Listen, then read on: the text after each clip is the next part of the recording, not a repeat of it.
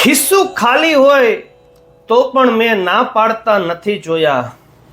ખિસ્સું ખાલી હોય તો પણ મેં ના પાડતા નથી જોયા.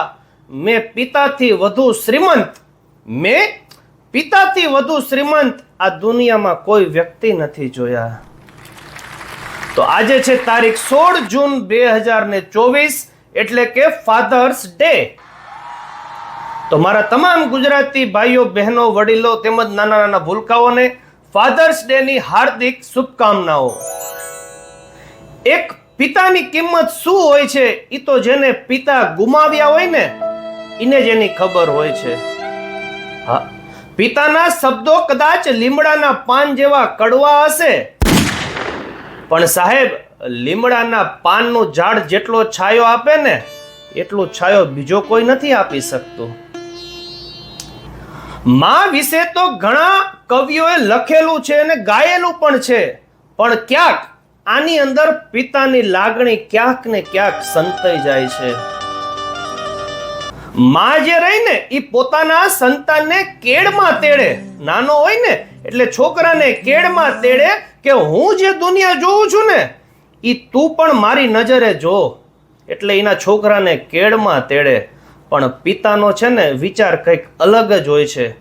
પિતા પોતાના સંતાનો જ્યારે નાના હોય ને ત્યારે એને ખંભે બેસાડે કે હું જે દુનિયા નથી જોઈ શકતો ને એ દુનિયા જોવાના તું પ્રયત્નો કરજે.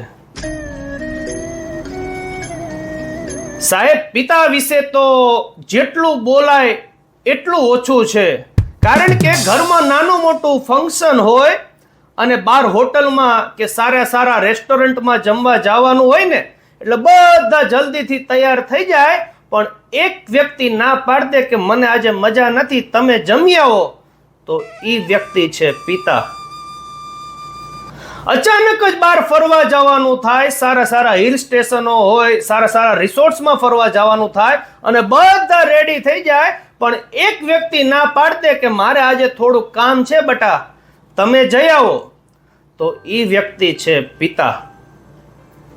પોતાના સંતાનો અથવા તો પોતાના ફેમિલી મેમ્બર્સ માટે ખરીદી કરવા નીકળ્યા હોય ત્યારે વસ્તુની કિંમત નહીં પણ પોતાના સંતાનોના સુખની કિંમત જે માણસ કરતો હોય ને તો સાહેબ ઈ છે પિતા.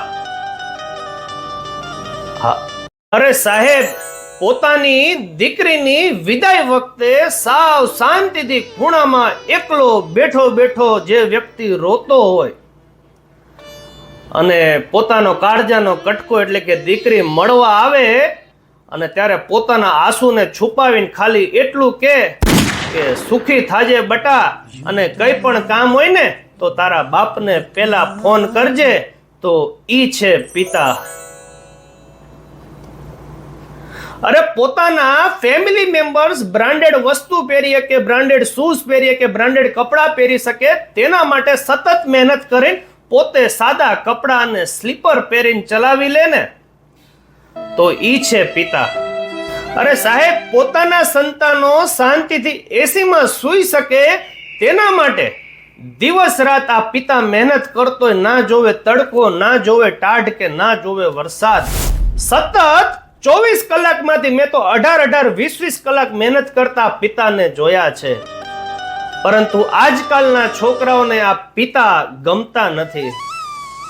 આપણે જોઈએ છીએ દિવસે ને દિવસે વૃદ્ધાશ્રમમાં માતા પિતાની સંખ્યા વધતી જાય છે.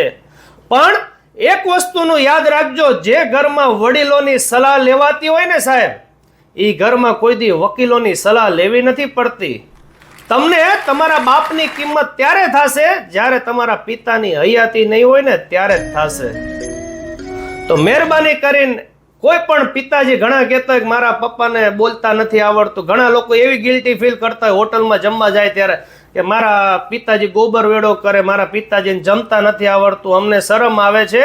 અરે તમે નાના હતા ને ત્યારે તમે જે વસ્તુ કરી છે ને ત્યારે તમારા મા બાપને કોઈ દિવસ શરમ નથી આવી કે મારો છોકરો આવું કરતો તો તેવું કરતું તો આપણને પણ આપણા માતા પિતા જ્યારે વૃદ્ધ થાય ને ત્યારે આપણને પણ કોઈ પણ જાતની શરમ ન આવી જોઈએ. આપણે પણ લાકડીની જેમ આપણા માતા પિતાને ટેકો દેવો જોઈએ. તો ચાલો વધુ મારે નથી કહેવું, આટલું જ હતું. તમને જો અમારો આ વિડીયો ગમ્યો હોય તો વિડીયોને લાઈક અને શેર જરૂર કરજો. બધાને ફરીથી ફાધર્સ ડે ની હાર્દિક શુભકામનાઓ.